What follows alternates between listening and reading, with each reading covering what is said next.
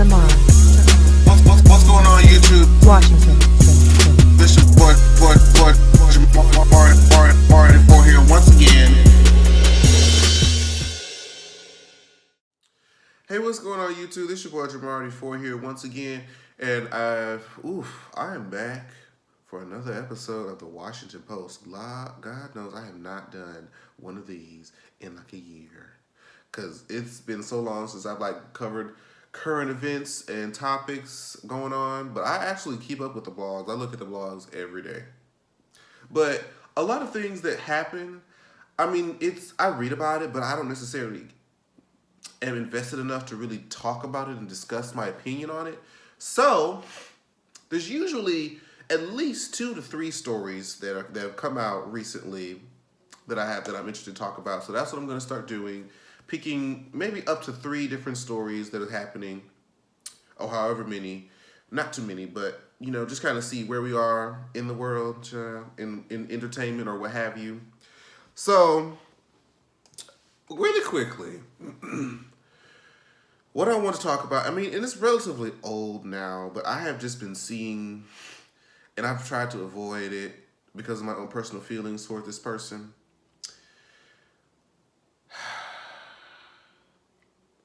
Let's quickly talk about Tamar and Vince. Okay, so for those of you who may not know, I was one of the few people who actually enjoy Tamar on television. I enjoy, her persona on TV. I enjoy her music. Actually, hold on, real quick. I'm about to, break protocol. Hold on.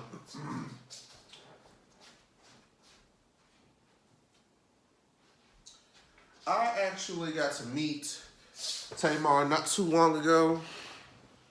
Here's a picture of the 2 of us. It was at her show. I believe it was a Love and War tour where I got to meet her. She was so nice, so pleasant, so funny. And I've been watching the Braxton show. I've been watching Tamar and Vince. I've been listening to all her music. Wonderful stuff. And even through even I've had, some close friends who've had interactions with her, and I've heard, their experiences with Tamar.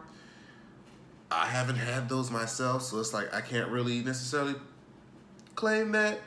And I've been trying to just, have the greater outlook, but man, this whole, as soon as she logged or filed that divorce, it has just been a mess. It has just been a hot mess. Now, mind you, when I was hearing about the divorce happening, I'm like, you know what? Cool. When somebody's not happy, and it kind of looks like, they've been having their issues, I could definitely see. You know what? I'm just gonna be honest. I never really saw it for Tamar and Vince's relationship, and I'm gonna tell you why. Tamar and when I hear the story of how they got together,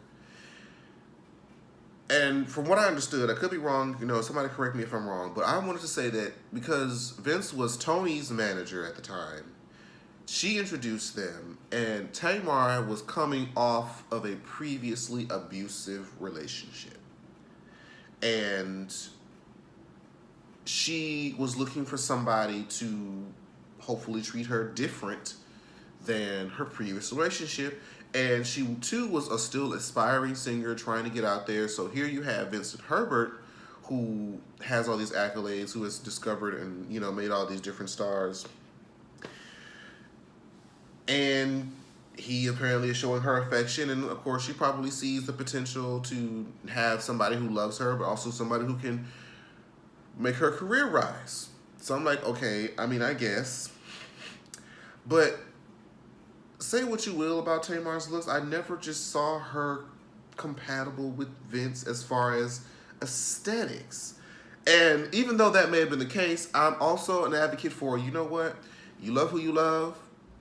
You don't know what that person could be doing for the other person that they really may need. So if they were happy, cool.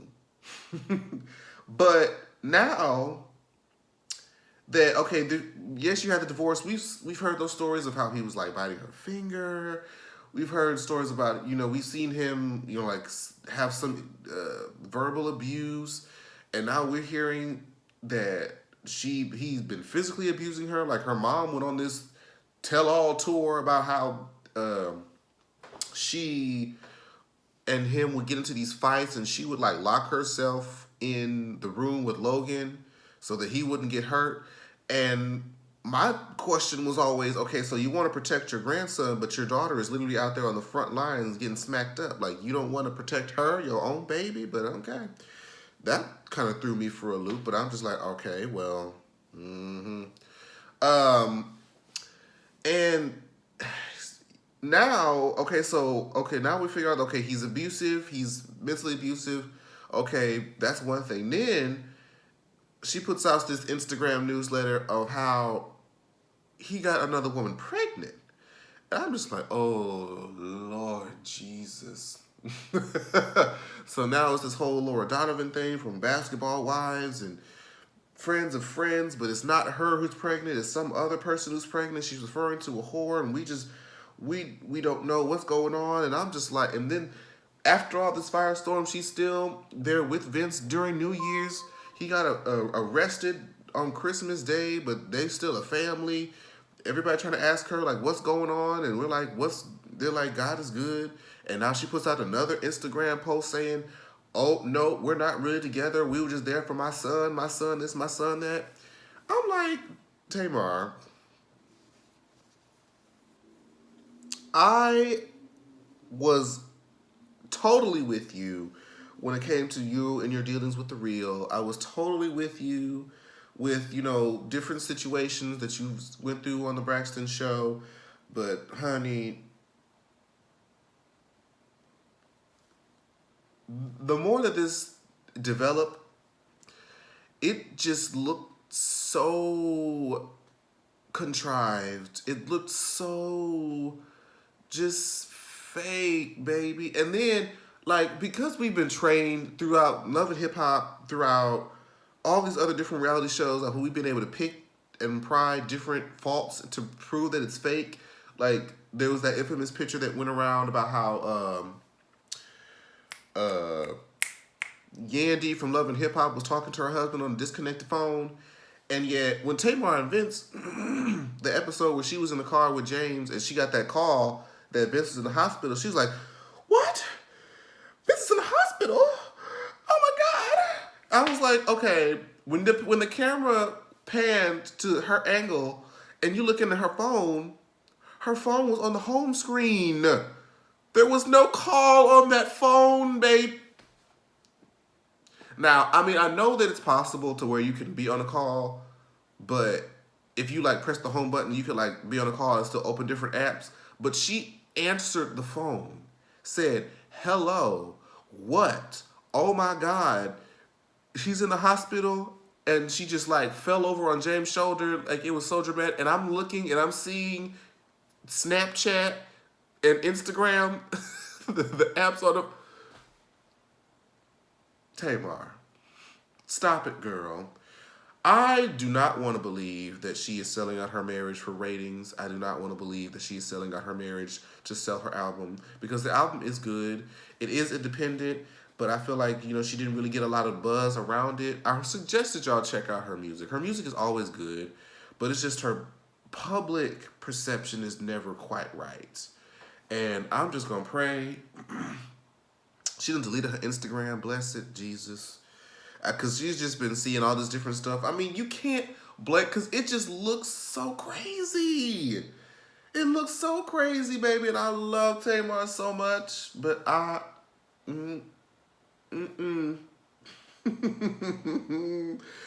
tried, and I've just tried. But I can't try no more. I can't help but look at you crazy now, girl. I just wish you the best.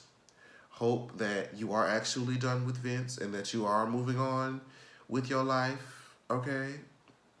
And, I'm hoping that this whole firestorm doesn't affect the baby too much, because, the internet is forever, okay? Okay. So that's enough with Tamar and them, child. We're just gonna extend the hands of prayer in her direction. Next, H&M, you tried it. You tried it and we denied it. So if y'all haven't not seen the story that broke earlier today, H&M put out an ad. I guess it was, they were putting out these ads for these little children's hoodies. And they had the nerve to put a young African American boy who's very, dark skinned in a green hoodie that read "Coolest Monkey in the Jungle." We don't even need to go into the comparisons that have been made between African Americans and monkeys because you can get all of that with a swift Google. That's not what we're here for. But we're just here to ask H&M,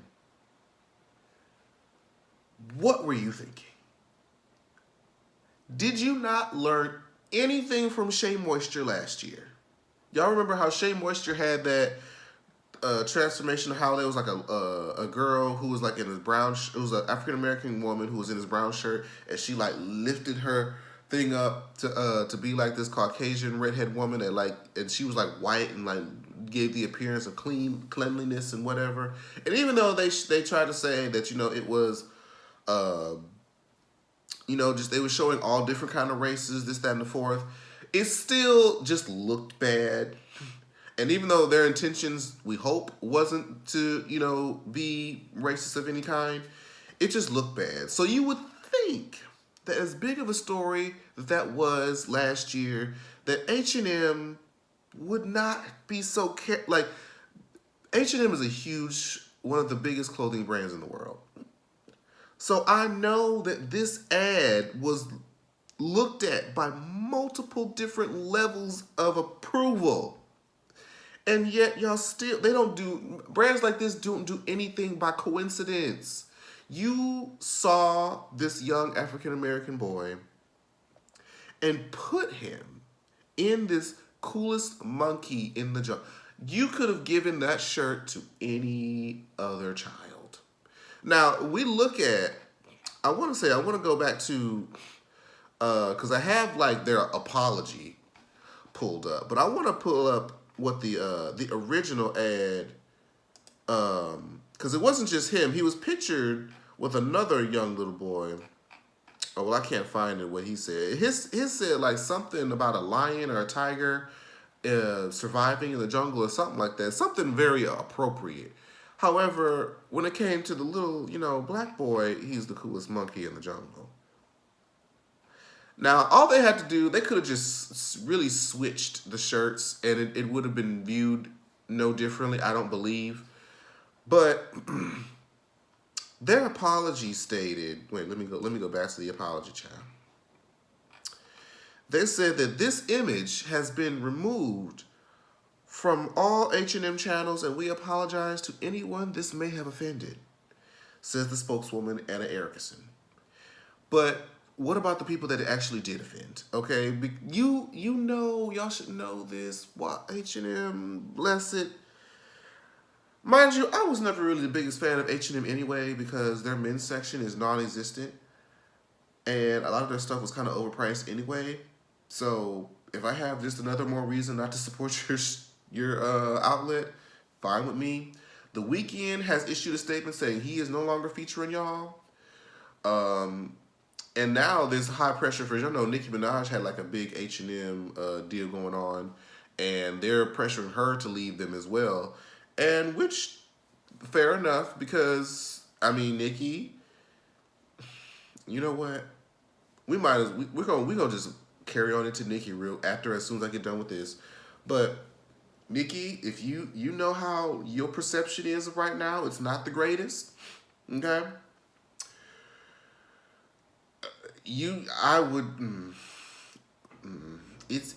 should do the same thing. I don't know how much money they're paying you. I don't really know if I'm pretty sure you're not really pressed for cash like that, but it would just be in your best interest for a public perception to leave the brand too. You do not want to be associated with anything negative as being with race right now.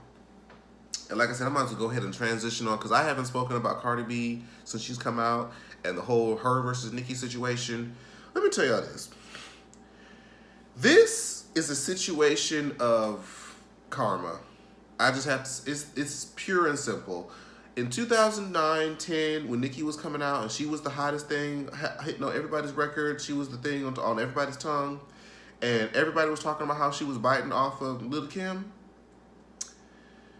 And people was looking at Lil' Kim like a has-been, and oh, she's washed up, this, that, and the fourth, blah, blah, blah. Fast forward to 2017, when Cardi B has the #1 record, Billboard Hot 100 #1, as a solo rap female artist since Lauryn Hill in 1999, which is crazy. And I was like, it's really strange how Nicki, as big as she's been, has never had a #1 song.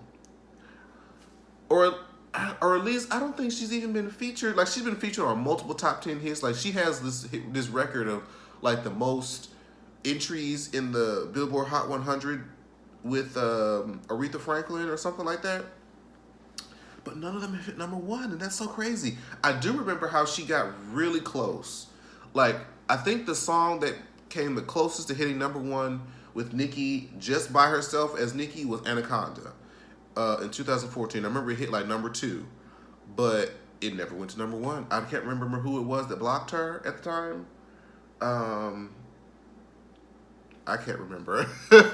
But she just never could quite get it. And the fact that Cardi B kind of came out the gate, like, I mean, Cardi B had her mixtapes and stuff from being on Love and Hip Hop, but her like official song came out and just punched it. It pushed through that whole summer. I got so tired of Bodak Yellow, but I was bopping to it though. I was bopping to it, and I was proud of Cardi because Cardi, somebody broke it down to where the reason I feel like Cardi B has been so well received is because Cardi has been the same person since on Instagram.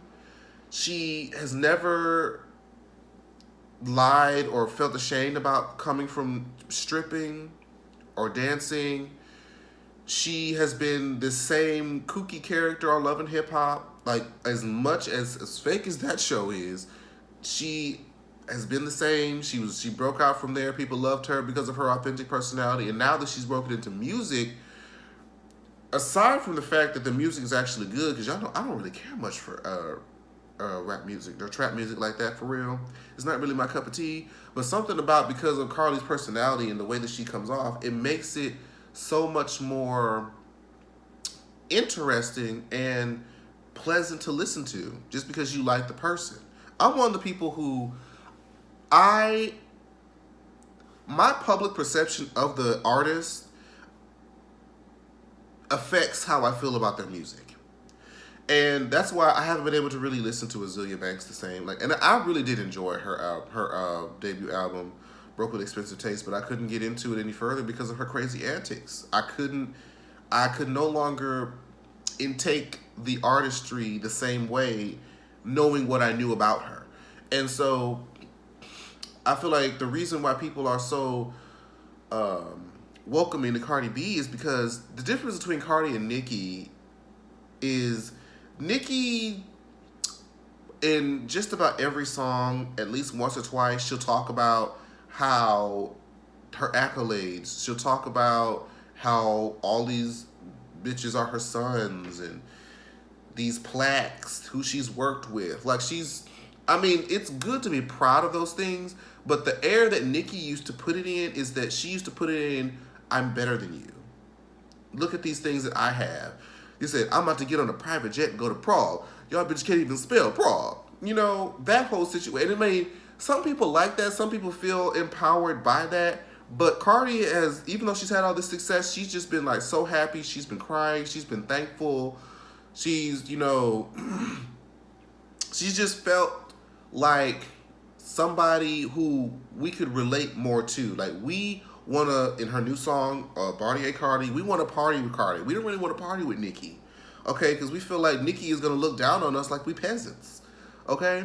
And that's why I just feel like she's just had all the success. She just came out with that new Finesse remix with Bruno Mars, which is every and thing. Okay, it for those of us who are in our late 20s, early 30s, who grew up in the 90s, that video was just a blast from the past and just so refreshing to hear. And when I heard about it, I'm like, I don't know how, because y'all know that 24 Karat Magic album by Bruno Mars is everything. It is funkified, it is 90s, it is great. And I'm like, how is Cardi gonna fit onto that? But then when I heard it, I'm like, well, there it is right now. There it is. It was so good, and now everybody's trying to work with Cardi. Jennifer Lopez is coming out with a song with Cardi. She has all these. She's had these Spanish songs, because I forget sometimes that she's Hispanic and that she's fluent in Spanish as well. Like, she even came out with the Bodak Yellow Latin mix that she did half of it like in Spanish, the other half in English. Like, that's something that Nicki can't really offer. Like, Nicki has the island, the Trinidad, background, but she never necessarily referred to it or really acknowledged it very often. That's why people who are from Trinidad don't really care much for Nicki, because she more so reps New York than her island roots. Like, she may tap to it every now and again, very few and very often, but then she's like more Jamaican than anything. So I'm rooting for Cardi. I see it for Cardi, and if she continues to be this authentic person, like, she doesn't seem like fame has changed her, and that's refreshing to see. And I'm wishing her the best.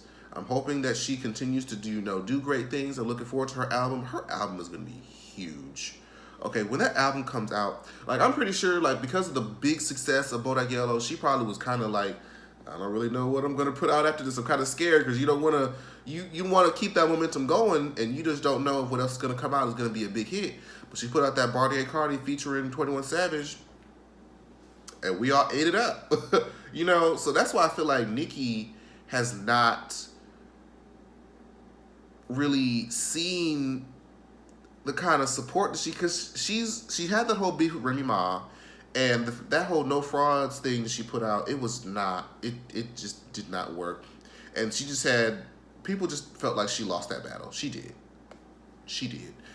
and now that Cardi's coming out, she's not really showing support. She could tell that she's pressed.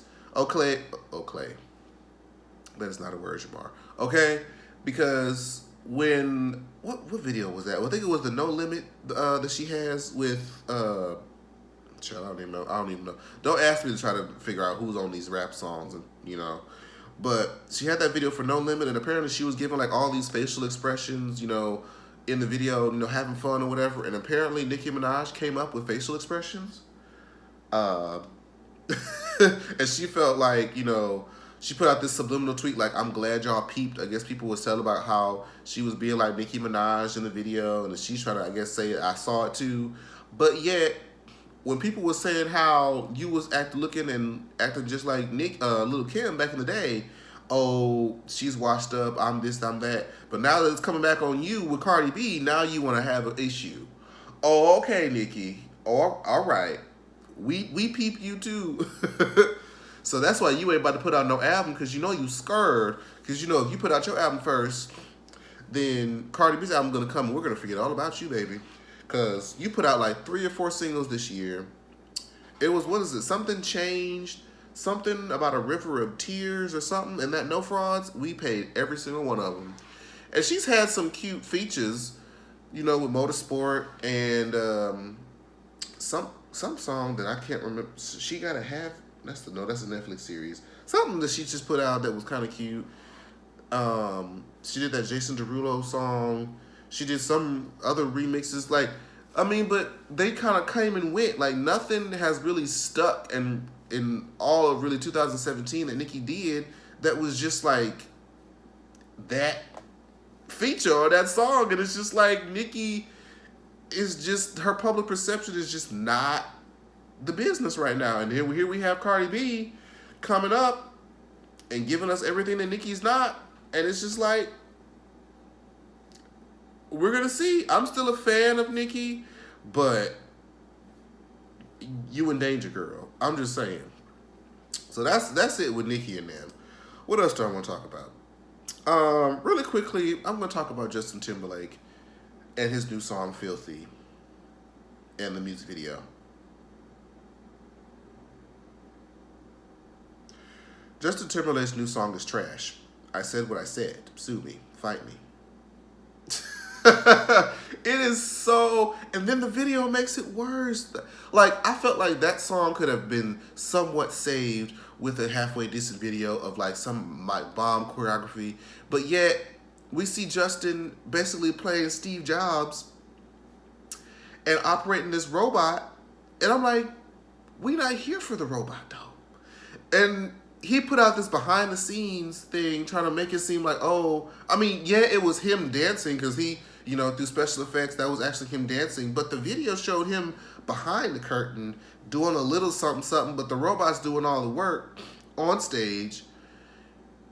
But, and then the song just doesn't, the song sounds so produced. It's almost too funky. Okay, there's too much bass. There's too much reverb. There's too much of a lot of stuff. And it's really like a case of too much of a good thing. Like, it just didn't work for me. It didn't work. And it's not the best start. Like, from the way that his trailer for his music, it looked like he was about to come out with some folksy, kumbaya, like almost country. Like, I'm seeing Man in the Woods and he's doing all this hiking and introspective stuff or whatever, but then you come out with a song as the first song on the album that we introduced and you talk about "Get Your Filthy Hands on Me" or whatever. I'm just like, huh? This wasn't what I was expecting. But all I know is he's supposed to be doing the Super Bowl, and there's been murmurs of him doing something with Janet Jackson where she may come up. We, honestly, as a black community, we have kind of written Justin Timberlake off because of that whole, and how he treated Janet after that Super Bowl. We've been giving him the side eye ever since, okay? And we're not really going to be here for anything that he puts out as an album unless he apologizes to Janet first. Once you get back in good with Janet, then we'll give you the time of day again. But until then, we ain't got nothing for you. And that's just it. Okay? So, I mean, we don't know what the rest of the album looks like now. I did kind of enjoy his last album, The 2020 Experience. There were some songs on there that I did like. Cool. But this, no. So far, it's a big no from me. But last thing I want to really talk about is I just saw Oprah's acceptance speech on the Golden Globes. I love Oprah Winfrey so much. I listened to her podcast. Let me tell you. Oh, excuse me, Jesus. Let me tell y'all. If y'all have an iPhone or even a SoundCloud account, go and subscribe to Oprah's Super Soul Conversations podcast. Each episode is only about 30 minutes long. It's really short. And she is talking with all these different world leaders, all these different people from all these walks of life who have come to success however which way they can. And it has been so inspirational. It's such an easy listen. You get so many life lessons from all these different people that you may not have never usually heard about. It's great. If you're not familiar with just like her brand with the OWN channel, it's just feel good. I highly recommend it just to give yourself like a prep, like a resurgence of how to like move your energies and how to push negativity out and bring positivity in. Highly recommend it. But she went onto this Golden Globe stage and basically just talked about how it was an honor to receive the award that she received, how she, as a little girl, watched like Sidney Poitier receive this award back in the 60s, and then just how all the different men and women who have come together across racial constructs, gender constructs,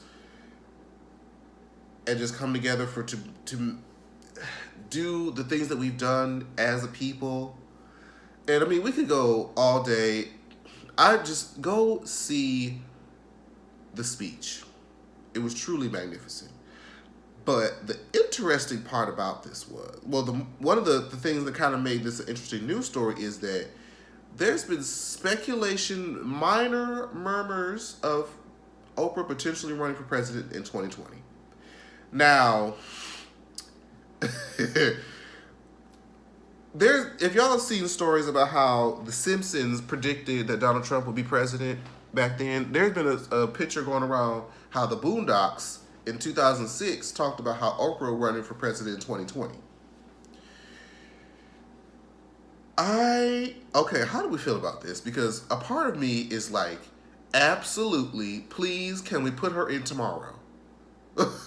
Because no need to talk about that man. I don't have the energy to talk about that man. It just puts you in a negative space, and I just rather not. But a part of me is, of course, like, yes, please put Oprah in there, because we know that she has the heart and the capacity and the capabilities to actually care about the American people. But on the other end, I'm thinking of all of what Barack Obama endured from, racist, disenfranchised, Caucasian people who have that hateful spirit in them, and all the things that they say and all the things that they write on social media and just wherever. And it was different it's all bad, don't get me wrong, but it was different with Barack only because I only knew Barack through his politics and when he was running in 2008. But Oprah, my mom is such a huge fan of Oprah. I watched the Oprah show growing up every day because my mom taped it every day and watched it when we would sit down for dinner. I watched her on the show. We've seen her, come through all these different movies, through The Color Purple, now through her own network and all the things that she's doing. I almost don't want to see Oprah go through and be called all those racial slurs, all these negative things. I almost don't want to have her go through all of that